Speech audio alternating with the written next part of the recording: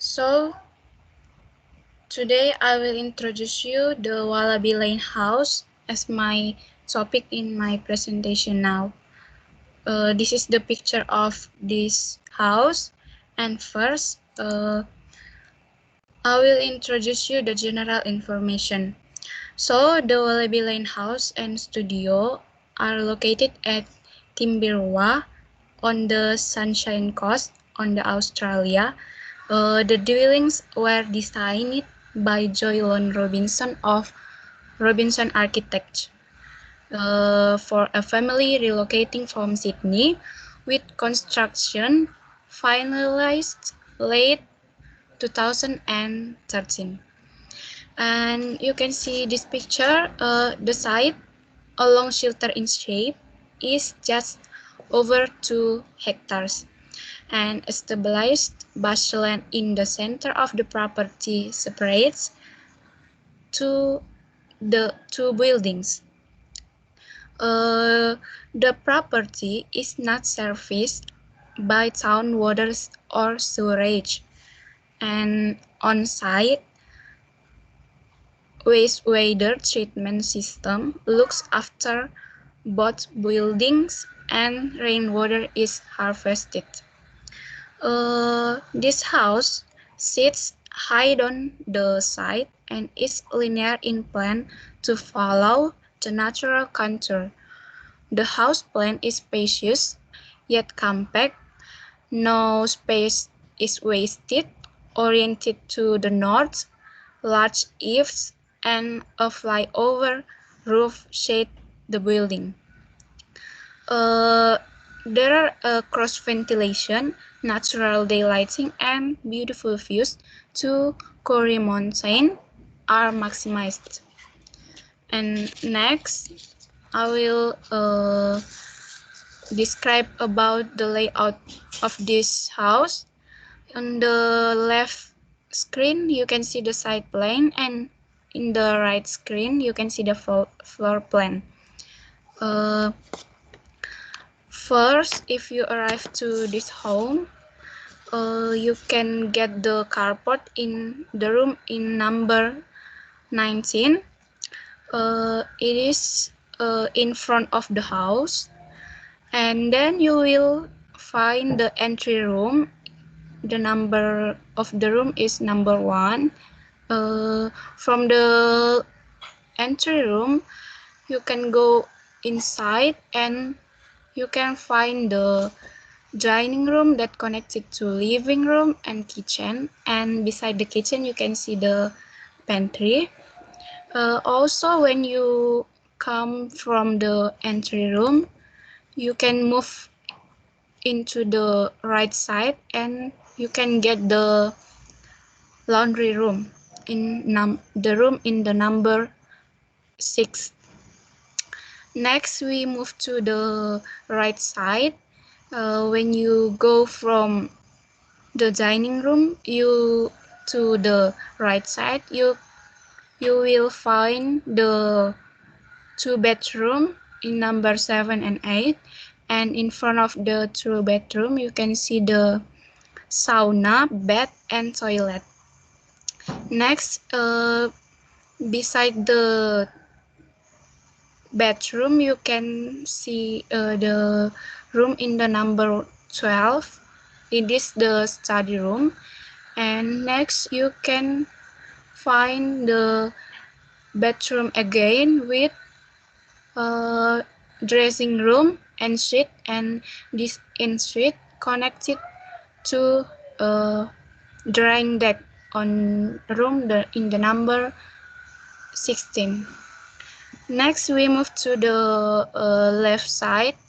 From the living room, you can get a main deck that connected to a swimming pool, and there is a shower too.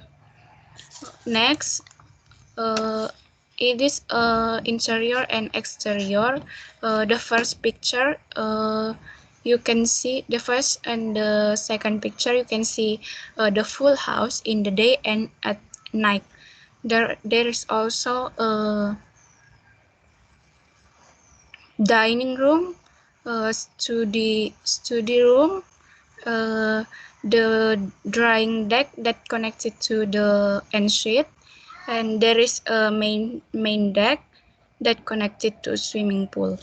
And in the last picture, you can see the carport in front of the house. Next, about the structure. For this structure, I divided it into three parts. But you can see in my poster, I divided the explanation of the structure into 4 parts.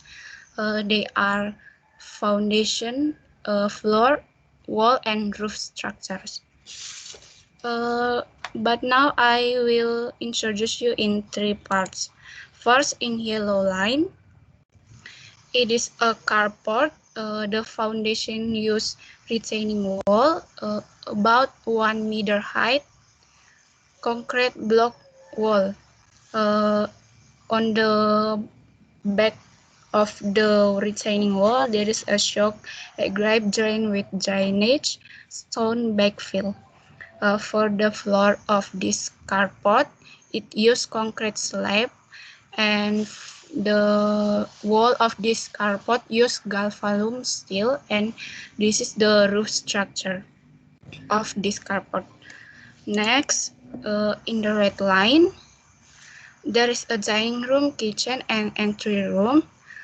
For the foundation, use footing, and the floor use concrete slab, and it in the entry room it use plywood.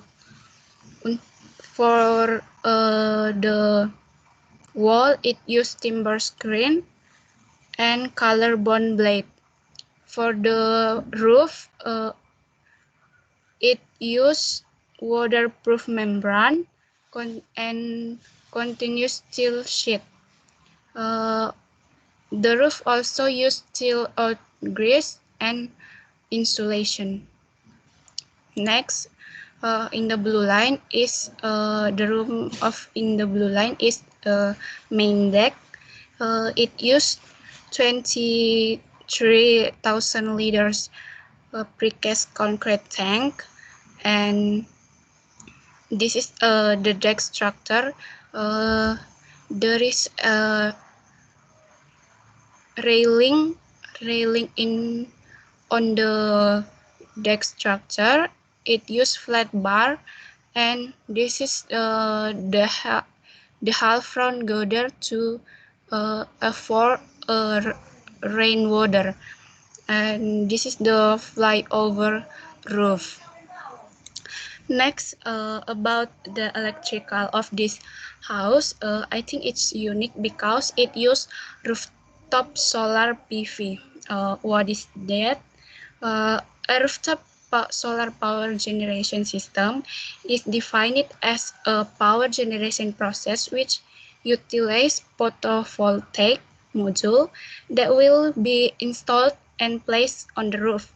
It also can place in the wall or other parts of building owned by customer of PLN, which transmits the electricity generated through the customer electrical installation.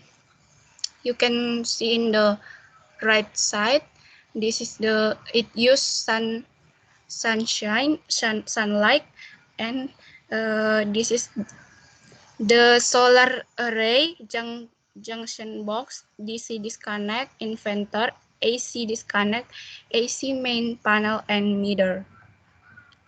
Next, about our material in BIT, I think this house relate to eco-friendly materials. First, about the timber screen, you can see this wood. It used fir for screen door material. The wood is resilient, durable, straight-grained, and affordable. As we know, wood is a natural renewable and sustainable material for building with a lighter carbon footprint than steel or concrete. I also read in the literature that maximizing wood use in both residential could remove an estimated 21 million tons of CO2 from the atmosphere annually, equal to taking 4.4 million cars off the roads. Uh, this is the cyclus of the wood. So the wood can be renewable bioenergy, also can be wood products that can be recycled to renewable bioenergy. Next, the eco-friendly materials of this house is plywood. In the main deck, you can see in this picture, this is used plywood. This is a laminated wood, and wood is make it eco-friendly material. So laminating flooring has a variety of environmentally friendly benefits, but one of them beats them all. Laminated flooring appearance effectivity provides an desired look, no matter how scarce, without feeling a tree or mining a quarry. So this plywood made with recycled natural resource producing a heavy duty, high density core board. This plywood also recyclable and it's free of air damaging chemicals. I think that's all. Thank you.